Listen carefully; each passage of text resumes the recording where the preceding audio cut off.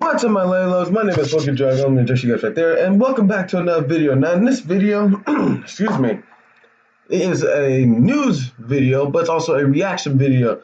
You see, my boy Vehicle Version just uploaded a new video, and it's about Ferrari is lying about the 2019 488 Pista or Pista, something like believe that's how you pronounce it.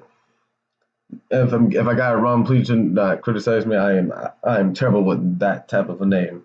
Anyways, the point of the matter is I'm actually quite interested to see what they is. And you guys apparently also loved the last news video. So, but one of you guys told me on Instagram that you guys want me to actually include like a source before I get my information.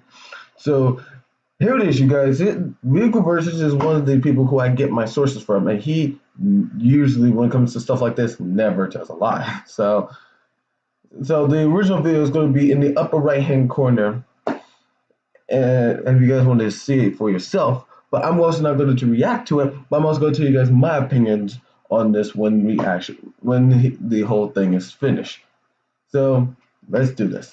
You see, Ferrari has just came out with their latest and greatest track-focused V8 sports car. Rumors spread far and wide that the track-focused, lighter weight, more powerful version of the 488 GTB was going to be called the 488 GTO. We had the 599 GTB and the 599 GTO, so it does make sense. But just recently, we found out the official name of the new car, and that is the 488 Pista, and it Pista looks pieced off. But pieced off.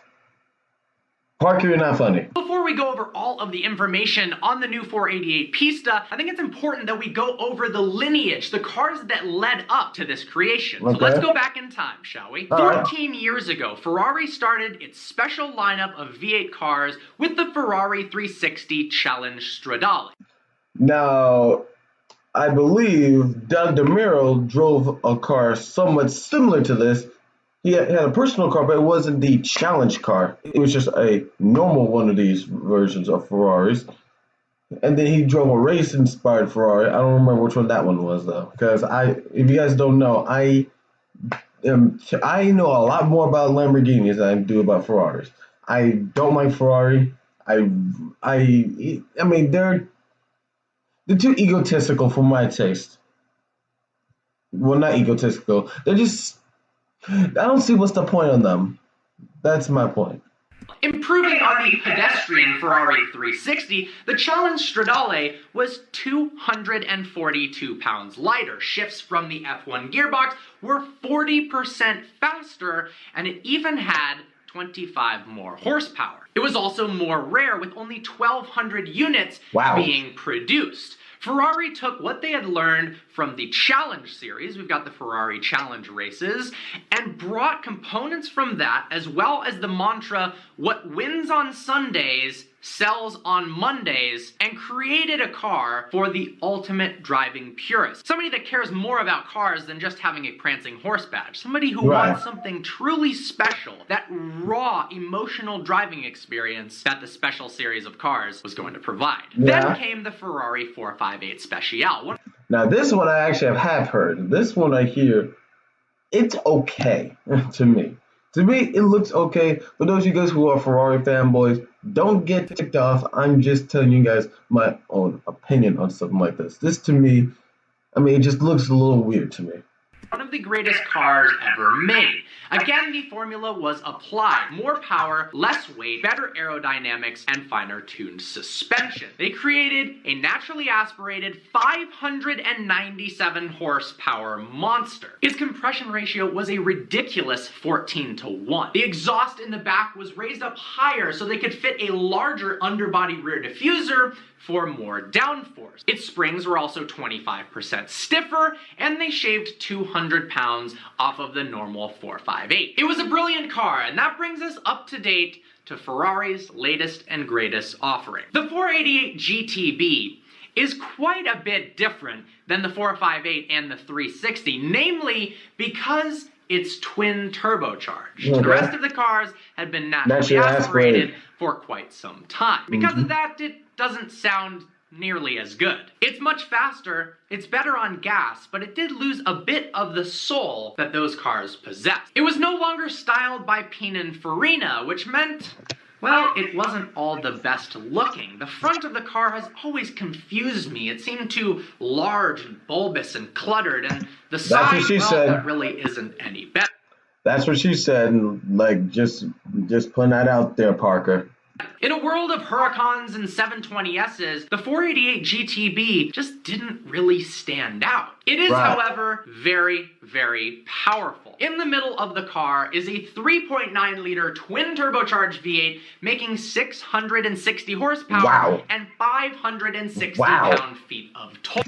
If you guys don't know about something about me, I limit my horsepower to only going all the way up to 500 horsepower. Meaning the V10 M5, well, yeah, the V10 M5, that's my max horsepower right there. So if I were to get the V10 M5, I'm done. I can't go anywhere higher than that because I know I'm gonna freak the heck out. Well, not freak the heck out, but I know for a fact I won't be able to control it as well as I'm thinking I should be able to.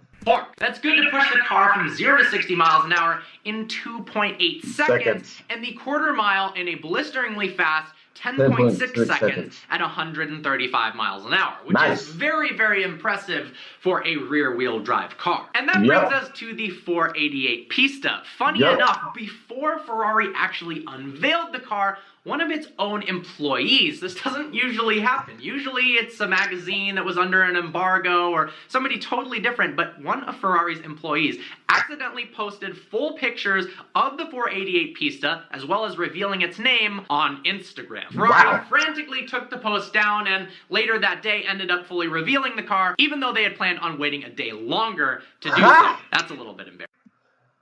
This is one reason why Lamborghini is better than Ferrari. Now I'm just playing, guys. I'm playing. I mean, in my personal opinion, Lamborghini is better than Ferrari, but for you guys' opinions who actually like Ferrari, you guys might tell me other reasons why Ferrari is better than Lamborghini. To be perfectly honest with you guys, I like McLaren more than both Ferrari and Lamborghini, just because of just how beautiful they look. I would much rather take a McLaren 12C over a Lamborghini Huracan and a Ferrari 488. That's where I'm standing. I'd rather take a McLaren 12C for any of those. Embarrassing. But you know what? Everyone makes mistakes. Since then, we have been given almost all of the details on the 488 Pista, the rest of which will be revealed at the Geneva Auto Show, which for the first time ever, I will be attending. I am so excited. The amount of cool supercar reveals that are happening at the Geneva Auto Show this year are absolutely staggering. And guys, I said I won't be able to be attending there. When I find an article to tell me about the Geneva Auto Show, I will do a full video telling you guys about them. I will show pictures of the cars, and I will show like mini little trailers from the companies as well. I won't do that last one because I might get copyrighted. Well, we'll see. I'll see what I can do. The name in typical Ferrari fashion is a bit obvious. The 812 Superfast, for instance. I imagine it might be super fast. Now we have the 488 Pista. Pista means track in Italian. I don't imagine. Is the car good on the track? Well, yes it is. Let's start with the engine. Well, the 488 makes 660 horsepower, a healthy amount. The 488 Pista... Put your guesses in the comment section down below. How powerful you think this engine is. I'm going to say maybe 745 horsepower or 700 horsepower. Makes 50 more. That's the biggest increase in power ever in the V8 Special Edition Ferrari, bringing the power total up to 710 horsepower. Okay, never mind. I was close. I said 700. Oh, look at that. You know what also has 710 horsepower? The McLaren 720S. Yeah, my boys, McLaren. Further on in this video, there will be a lot more similarities than just the power. This means it Right. also has significantly more power than the Huracan Performante, although the normal 488 had more power than the Performante anyways. What will be interesting to see is, are these power figures of the twin-turbo car as conservative as McLaren's? Now, McLaren, the 720S, makes 710 horsepower, but dynos have revealed that the car actually makes 690 horsepower at the wheels. Normally, when manufacturers reveal numbers, they say it at the crank. When tuners talk about numbers, they reveal them at the wheels because it's easy to measure on a dyno. Assuming 15% drivetrain loss, that puts the power of the 720S at slightly more than 800 horsepower. Okay. Does the Ferrari also have more than 800 horsepower? Well, we'll have to find out when somebody sticks it on a dyno. I imagine cars that end up in Motor Trend and Car and Driver's tests, as well as Top Gear, those ones might have more than 800 horsepower, knowing Ferrari. Power is up due to components from the 488 Challenge car. We have the same Inconel exhaust manifold, as well as a lightweight crankshaft, a lightweight flywheel, as well as titanium connecting rod. What I do find very odd, however, is if you go on Ferrari's website and check out the horsepower figures, there is an asterisk after it. If you scroll down to the bottom of the page, because obviously I'm curious what this asterisk says, it says that the power is rated at 98 octane. What? So let me get this straight. Can that car drive on other versions of octane gas? Can you put race fuel? Can you put stuff like that from the factory? If you can put like race fuel in the 488 Pista, I'm gonna just call it Pista from now on. If you can put like race fuel in the 488 Pista, I'm gonna be impressed. Because if you guys don't know what race fuel does, race fuel is a very much higher octane than normal gas. You have your regular, you have your middle grade, and then you may have the next one up is E85. Even though E85 is sometimes a little bit better. Then you have your premium gas, so the ones that you put in most luxury cars. And for those of you guys who don't know what E85 does, E85 is a little bit lower octane, but if you put it into some cars that are meant to run E85, so like a GTR, if you have the mods set up for it, it can actually increase horsepower by a good amount. Think about putting NOS into a car, but instead of like activating a button and it shoots it into the ejection, cooling the engine down and then allowing you to zip forward, it's like putting that exact same stuff into the fuel tank. But if you guys have also heard about the bad news of E85 can also destroy your car as well. Well, so, there's that. Then you have premium, which is the gas that most luxurious cars will run on. And then you have race fuel. Depending on what type of car you're running and how much power you want to get out of it, there are different levels of race fuel. The ones I have seen go up to over 100 octane, meaning the moment you put race fuel in your car, you're going to be flying. But it's not only that. You can't just put race fuel in a car that is, not prepared for that. Because the octane on the car, because the recommended octane for your car, let's take my 2004. No, that's actually bad. Let's take the 2017 BMW M2. Fun car, runs on 93 octane, premium octane. But if you were to put race fuel in that car without having the correct mods, it will not work. It will show up as a check engine light, and your car will stutter, and it will possibly break, and you'll be stranded. So you have to have the right amount of mods and equipment set up for your car in order to run race fuel. But race fuel is also more expensive. And sometimes you can't even get race fuel. The way how some people get race fuel is not only by track days, or you have a company that will give it to you. And race fuels usually end up in these big tank-sized containers that you then you put into like a gas tank, well, a gas canister or a jerry can, then you pour it inside your car. Anyways, little like octane lesson right there from Drago. Anyways, let's continue on with the video. Now this is on the US side. In the US, you don't just have normal pumps with 98 octane. In a lot of places, it's 93. In California, the highest we really have is 91. So for them to measure it at 98 is a little bit confusing. Yeah, that is a little confusing because I never seen 98. And I've seen what happens to some cars that try to run 98 octane. Now, before you guys say, oh, that's just premium, right? Yes, it is premium, but the higher the octane, sometimes the higher the horsepower. Not only that, but say, for example, let's take the 2017 BMW M2 again. That one, what I remember, runs on 93 octane. But if you were to put 98 octane in there, I'll be surprised. I wouldn't be surprised if that M3 would just start going.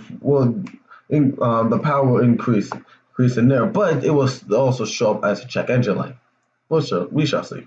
It almost feels like they're pulling a fast one on us. Does it really make that much power? I guess we'll find out. But it made me curious, so I looked at the power figure on Ferrari's website for the 488 GTB. After that power figure, there is another asterisk. Okay, I'm thinking maybe they always measure the power at 98. But this one is different. If you scroll down and look at the asterisk, it actually says it's measured at 98 RON. Now, RON is a different scale than octane is. And when you convert 98 RON to octane, it's somewhere around 93 octane, which is more normal. Now, that to me is interesting because that would then mean that 98 RON is 93 octane, which then means that whatever that car's horsepower is registered as with that 98 RON, that then means that when you go to a normal pump and fill up with 93 octane, you get your horsepower. That's interesting. So did they make a typo on the 488 Pista site, or are they actually measuring it with better, higher octane fuel? I'm not sure, but seems a little bit tricksy to me. Ferrari claims the 488 Pista has the highest specific output of any car in its class, at 185 CV per liter. And while it's true that it makes slightly more power per liter than the 720S, there is a car that I find to be very much in its class that makes more power per liter, and that is the Porsche GT2. Of course. Of course. Because why not Porsche, huh? Why not Porsche? Because Porsche is just, that got started. You guys also don't know, I really don't like Porsche just because, I mean, yeah, they're fun and they're quick, but they're such an old man's car. And yes, you can say the same thing with BMW, Lexus, Audi. But like I know a lot more people. I know more people who are around my age that drive BMWs, use Audis, Lexuses. I know those people who drive those cars. But when I see a Porsche, all I see is some guy who has white hair or no hair at all, and is just looking around and in their head laughing at everyone else because they think their Porsche is the best. Now, I've heard from a lot of things from what Porsche has shown me. They're really good, but will they be better than what I'm thinking about? We shall see. RS, which happens to make 186 CV per liter. I guess the GT2 RS isn't considered to be in Ferrari's class, which is interesting considering I bet that the 488 Pista will not be faster around the Nürburgring than the GT2 RS. Only time will tell, however. Like the rest of the Special Series V8 cars, the 488 Pista is lighter than the 488 GTB by a solid 200 pounds. That is a significant reduction in weight. That gives it a dry weight of 2,816 pounds, which is conveniently 13 pounds lighter than a dry McLaren 720S. As you can see, Ferrari was very much targeting the 720S, which right now is the benchmark supercar that is destroying everything out there. It also happens to be 230 pounds lighter than the Huracan Performante. And it has a lot more power. So, yeah, I'd say it's winning on the power to weight ratio front against Lamborghini in that case. The lower weight and higher power means its acceleration times are very impressive. Now, on Ferrari's website, they claim 0 to 100 kilometers an hour, which is likely conservative, in 2.85 seconds. They also claim 0 to 200 kilometers an hour, or 0 to 124 miles per hour, in 7.6 seconds. Once again, a direct stab at McLaren. What do I mean by that? Well, why would they say 2.85? Why not just 2.8 or 2.9? Well, that's because the McLaren 720S on McLaren's website is listed at 0 to 100 kilometers an hour in 2.9 seconds. So, slightly faster. And 0 to 200 kilometers... Very slightly, but I bet you any amount of money that you put me in the driver's seat of the McLaren 720S and somebody else who really doesn't know that much about driving, all they know is put it in drive mode and slam on the accelerator. I bet you I can still beat them in the McLaren 720S. But that's just me.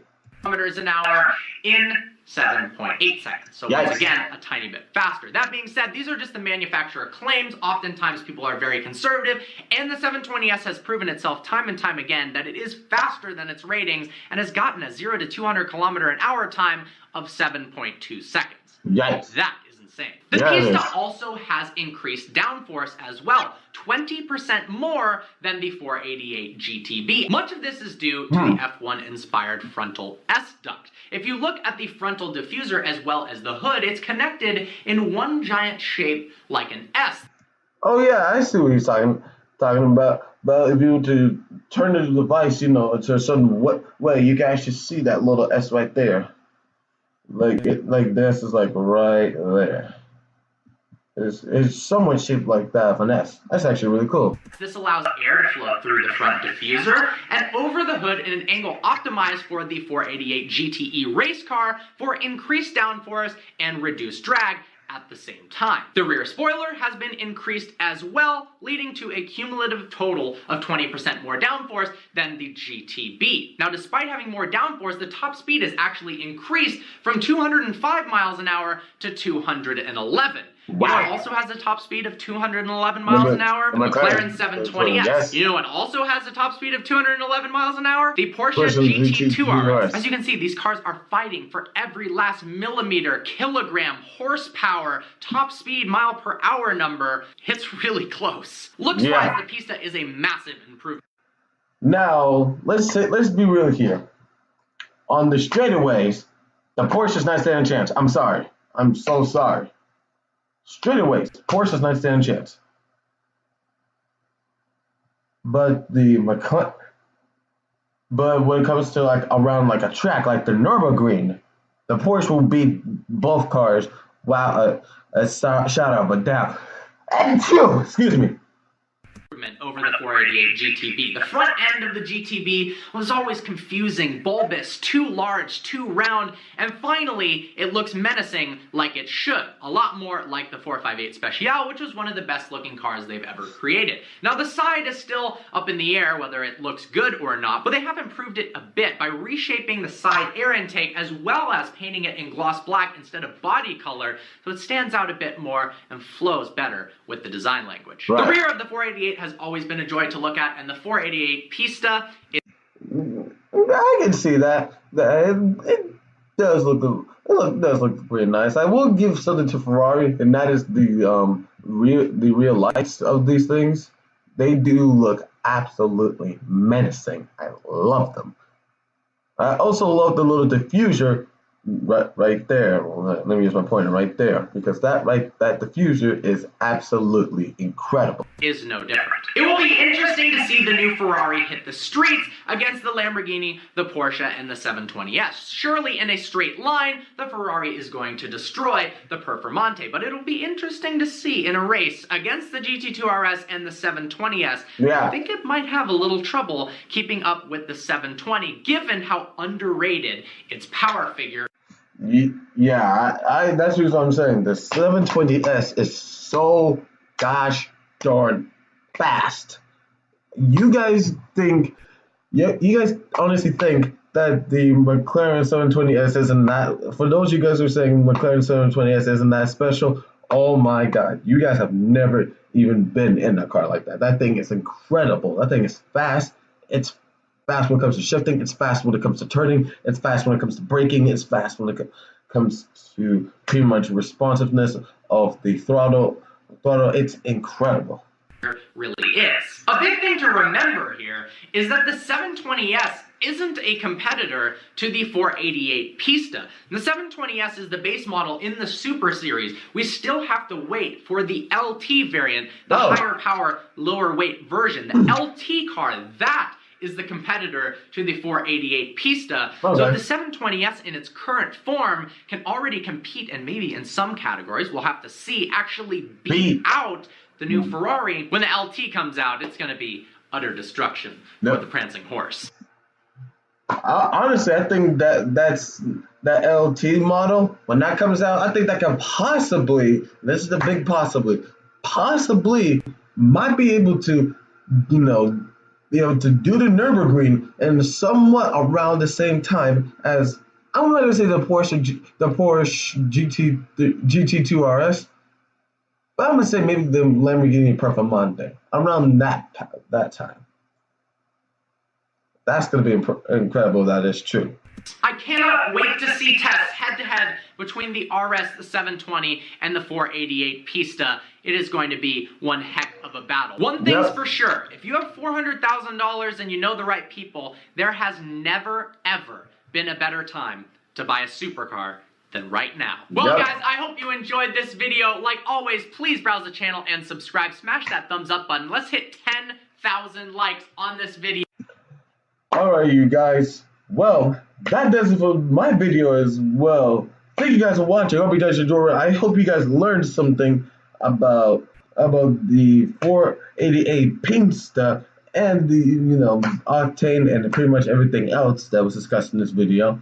Also, make sure you head over to Vehicle Virgins and subscribe. He makes awesome content. I really want to get in contact with him and talk to him.